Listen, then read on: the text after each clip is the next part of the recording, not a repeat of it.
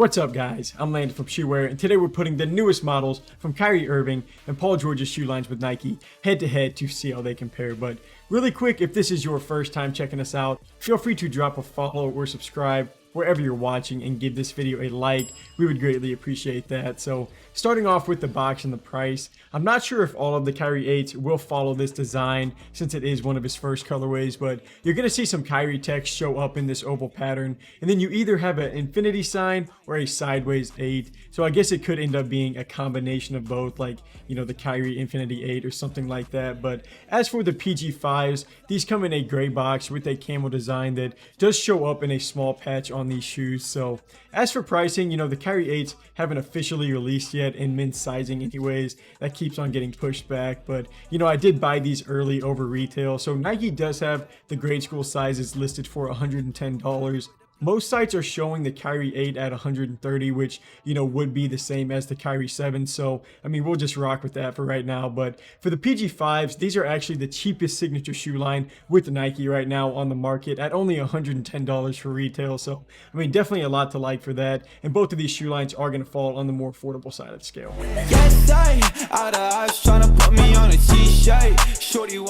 So looking at the appearance for these shoes and starting off with the colorways, today we're checking out the Nike Kyrie 8 or Kyrie Infinity in this aluminum colorway versus the PG5 daughters. So it's honestly a pretty sweet color scheme for this Kyrie Infinity model. But, you know, before getting into the design, I do want to talk about, if you guys remember, how, you know, Kyrie came out months ago saying he wasn't going to wear his upcoming sneaker, and he really just wanted no part of it because he hated them for some reason. So that all kind of happened around the beginning of the NBA season, whenever the whole vaccine controversy was kind of going on. So, I mean, I guess either Nike got him on board or they just kind of made some changes to the model because, you know, here they are starting to release, and I honestly like them. So, I mean, most of the shoes in his line have kind of followed the same look, just as far as the shoe height is concerned. You are going to have the Kyrie 4 low version, so that is a low top version of his line. There's some other shoes in there too, but, you know, other than that, they're pretty much all mids. And in general, I think this does look closer to a Kyrie 6 with that curved midsole instead of, you know, the shark tooth design that you're going to see on the Kyrie 7s. I also do like their wavy heel design. It does kind of remind me of like the Dawn issue 2. I think that's a pretty clean look, but this specific colorway is going to get an hourglass design that shows up on the right tongue, and then parts of the upper for this model are going to be see-through. So, I mean, you know that your foot is going to be able to breathe within that model. You also have like an X or a crossing pattern that kind of runs under those laces, and it looks pretty cool, but it also is going to have a practical use that I'll get to in just a second. But I mean, yeah, overall a nice design for this year's Kyrie 8 model.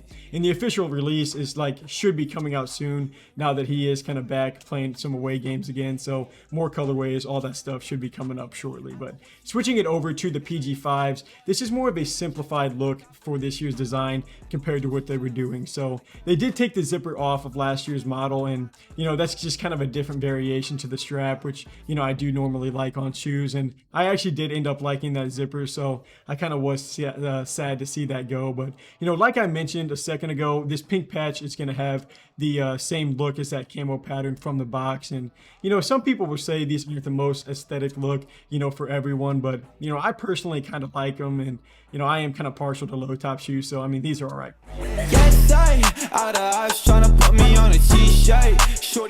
So now looking at the performance and the materials aspect to see how these shoes hold up on the court.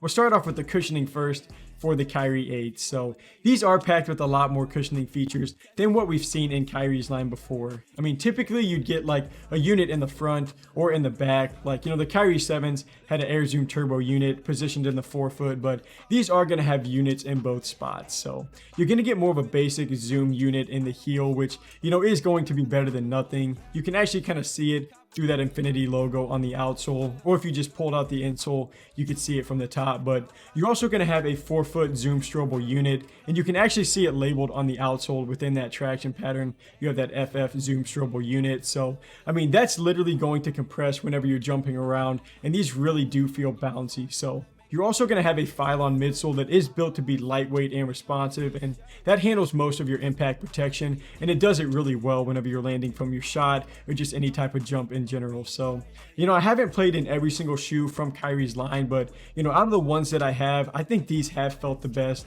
as far as cushioning is concerned. But switching it over to the PG5s, these are going to use a full-length air dot strobel unit that, is super comfy. Like, Nike even puts in their bio for this PG5 model how, it's supposed to feel like you're walking on a cloud, and, I'm going to have to agree with them there. So the PG5 actually did make my top 5 list of shoes to play in from 2021. And a lot of that is due just to how balanced this cushioning setup is. I mean, these are super soft, so whenever you're landing from a jump or just landing, it's just gonna feel like you're landing on a pillow. Like, I'm just a big fan of how these shoes play overall, but I'm just also happy to see that Kyrie's line is kind of taking a step forward after a small step back for the Kyrie 7s, in my opinion.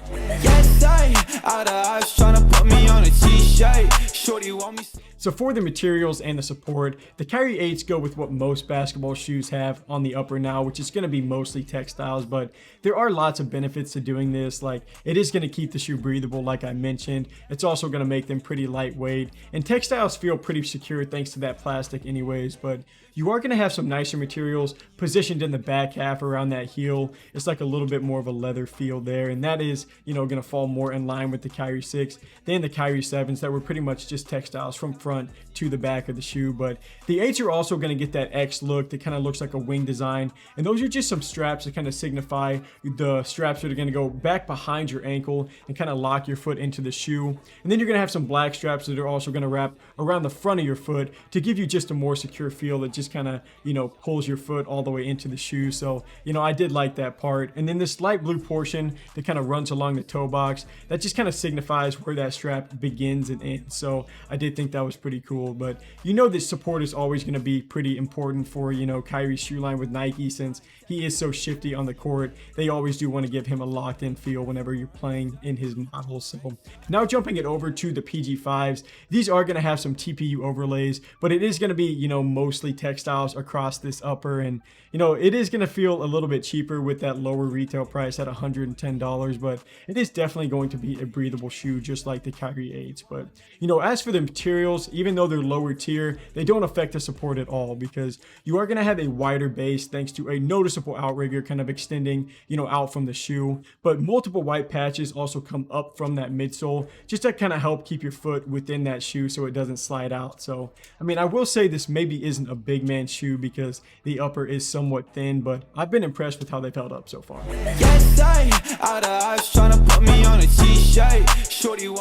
So to finish off with traction, Nike went away from that computer generated pattern for the Nike Kyrie 8 this year, and it is still data driven, but I feel like it just has a better flow compared to the Kyrie 7. So it's not like a traditional herringbone setup, but it is pretty close with those kind of jagged lines running across that design. It honestly has a similar look to the Dame 7 extended play series they released last year, but the outsole is going to poke out a little bit from the shoe where that lightning bolt pattern is. It kind of outlines the inside of the design that just protrudes out from the model a little bit. But I did buy a pair of these with an XDR outsole, which is much more durable rubber, so I am excited about that. But I didn't really love the traction for the Kyrie 7s. I do think the traction feels slightly better for this year's model, but for the PG5s, I did kind of talk about how the cushion is like a major selling point on this shoe just because of how soft they are to play in, but the traction is honestly going to be right there with it for this model. And this pattern is cool because it sort of resembles like the human foot and what that looks like within that design, and these just grip the court so well. The PG5 uses like the same exact traction pattern from the Kobe 9, and these are just a beast on the court. But to finish off with sizing, I did go true to my Nike size on both of these models, and that worked out just fine for me. I will say the Kyrie 8 is a little bit more on the narrow side compared to a wider fit for the PG5.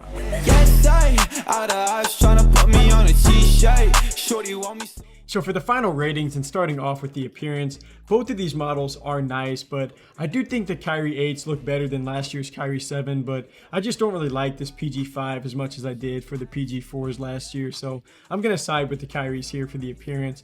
But as for cushioning, you know, while I am happy that the Kyrie 8s made some improvements, it's just not enough to catch up to how soft these PG5s feel.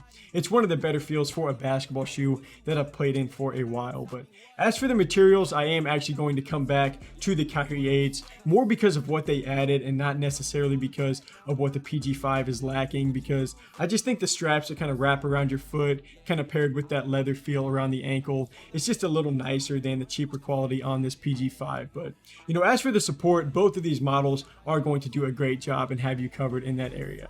The PG5 has that outrigger kind of paired with those white patches that extend up from the midsole, and then, you know, the Kyrie 8s are going to have those straps like I was just talking about on your foot, so I will stay with the tie for this section. But to finish off with traction, the PG5 is quite a bit better in my opinion. So the Kyrie 8s, either stayed the same or, you know, got a little bit better. But, you know, as for Paul's line, I mean, they kind of copied the Kobe setup, and, you know, just the traction category is way better for this PG5. So that's going to make the winner of this performance battle. I'm going to side with the Nike PG5 over the Kyrie 8 Infinity. So there are things to like about Kyrie's shoe line for this year, but with the PG5 being, you know, better for cushion and traction, that's what easily tips the scale that way, especially for the cheaper price. I mean, you just can't go wrong there.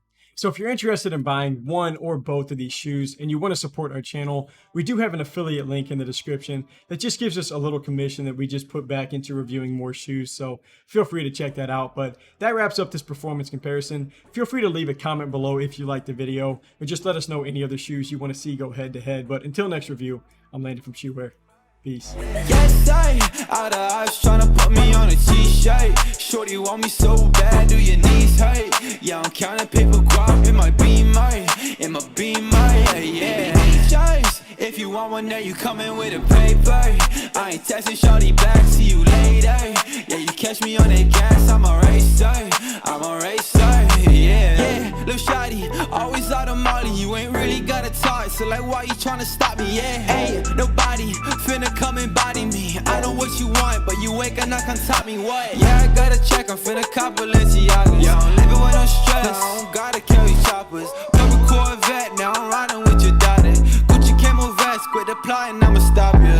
Yeah, I've been riding with a gang, I've been shot up with a thing, I've been rolling with the same shawty. Hey, I ain't capping every lane, ain't nobody stop my game, shawty wanna make it rain with me. Yes, out of eyes tryna put me on a t-shirt. Shorty want me so bad, do your knees hurt? Yeah, I'm counting paper guap in my beamer, yeah. Just if you want one, then you coming with a paper. I ain't texting shorty back, see you later. Yeah, you catch me on that gas, I'm a racer, yeah.